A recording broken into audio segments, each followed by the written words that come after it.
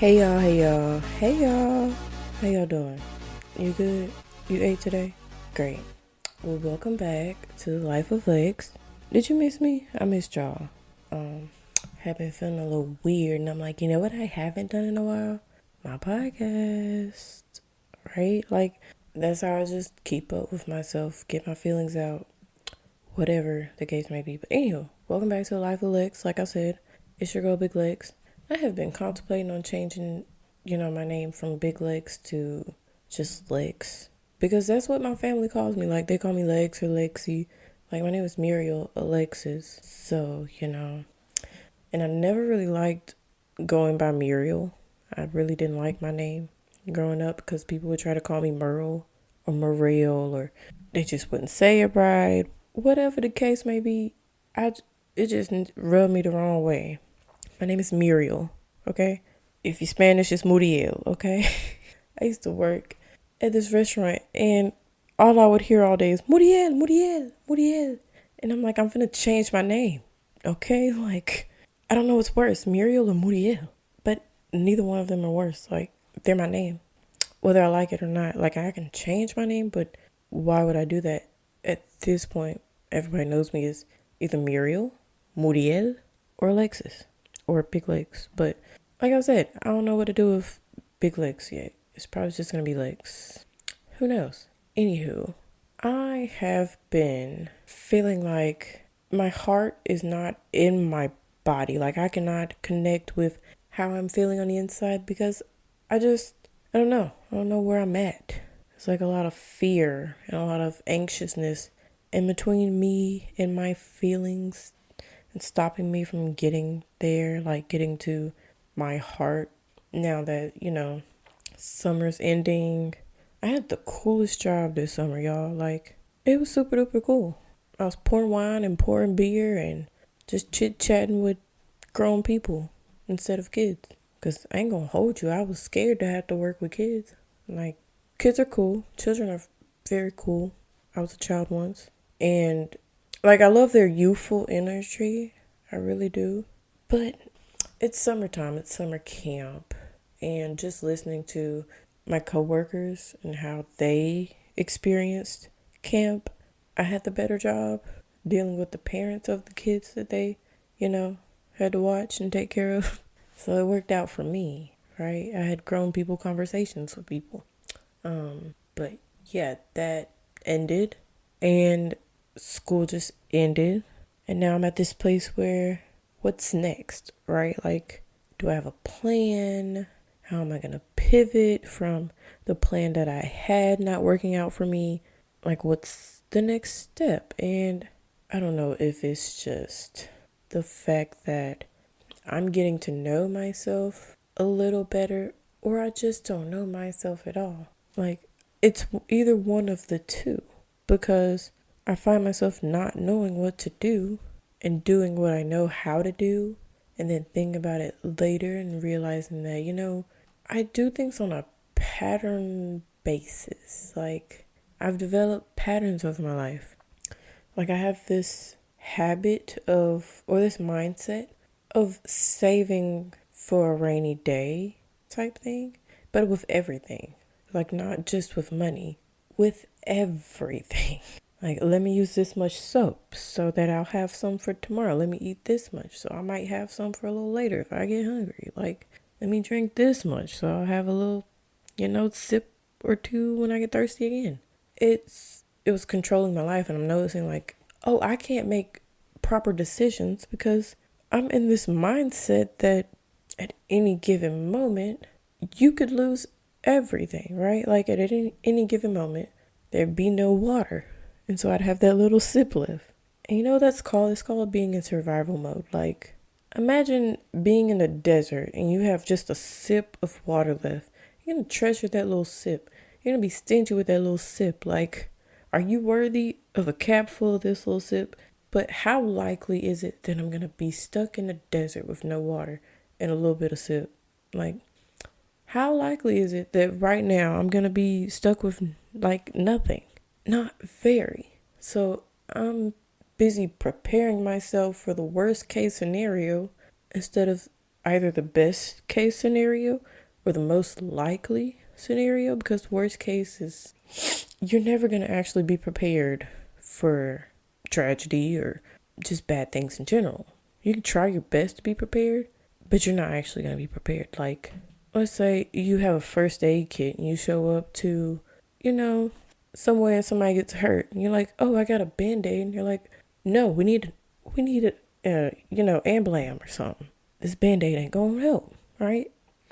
So that's kind of what I'm doing. I'm bringing band-aids to something that's way more serious. Like, life is very serious. I have to take life seriously. And I also have to make decisions based on what I want the best case scenario to be and the most likely scenario.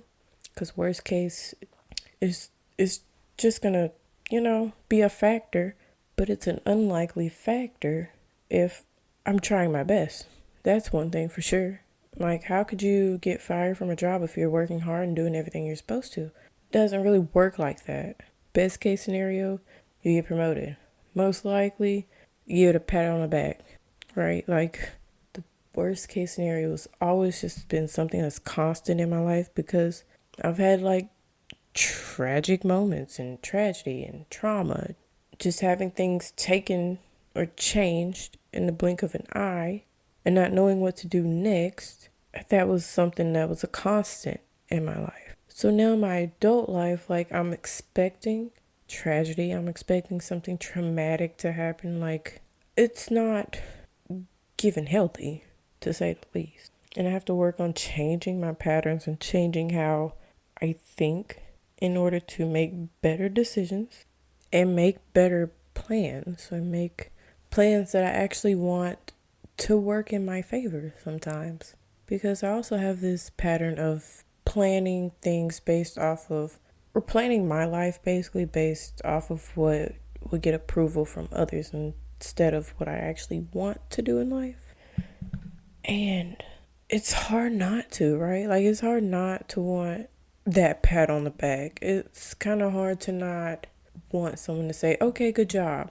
Because if I say I want to be a break dancer and people are like, well, how are you going to make money doing that? You're going to have a hat for people to drop coins in, right? And then you turn out to be the best break dancer in the world. You got to show them that. They're not going to believe it until you show them.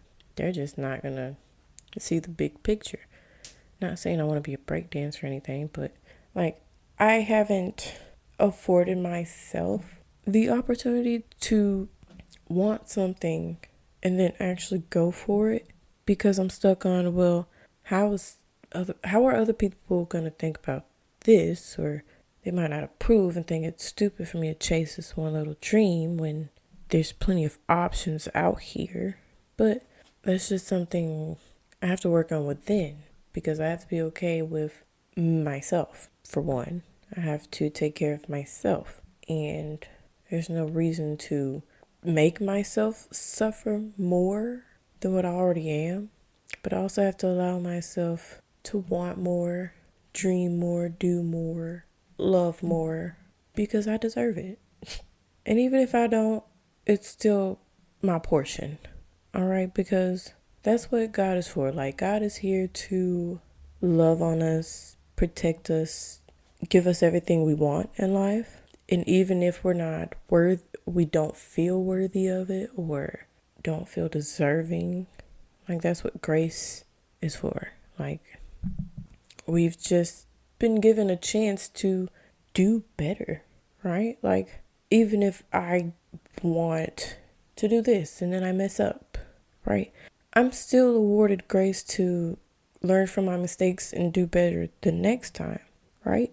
And so I feel like I'm at a place where I have to learn from my mistakes, learn from my pattern, and then do better. Because if I keep doing things based off of old trauma, right, I'm never going to get anywhere. That's point blank period.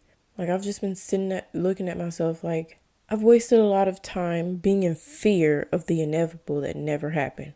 Like, walking on eggshells, just not being authentic to myself, for one. Like, at one point, I even thought that, I'm not even talking about like myself, and I'm stumbling on my words trying to speak differently when I could just talk. I could just be myself. Because I miss the me that, it's funny, random, very, very weird. But who isn't weird? Like, I don't want to pretend to be perfect and pretend to be whatever. I just want to be me. Like, everybody got stuff going on. I'm not perfect, right? I don't have it all. I'm probably in the negatives. I'm just playing. But, like, I don't want to portray myself as something that I'm not moving forward.